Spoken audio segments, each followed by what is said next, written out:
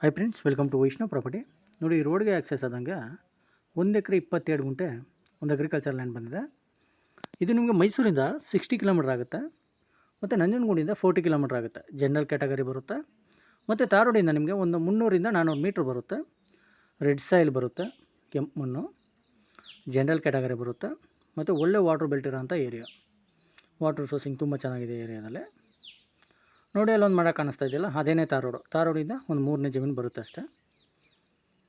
ವಿಲೇಜಿಂದ 1 kilometre ಆಗುತ್ತೆ. Near by ಏನು village ಇದೆ, ವಿಲೇಜಿಂದ 1 ಕಿಲೋಮೀಟ್ರ್ ಆಗುತ್ತೆ. ನೋಡಿ, ಇದು ಆಪೋಸಿಟ್ ಜಮೀನು. ಕಲ್ಟಿವೇಷನ್ ಮಾಡಿಸಿದ್ರೆ ಸೇಮ್ ಆ ಥರ ರೆಡ್ ಸಾಯಿಲ್ ಬರುತ್ತೆ, ಕೆಂಪು ಮಣ್ಣು.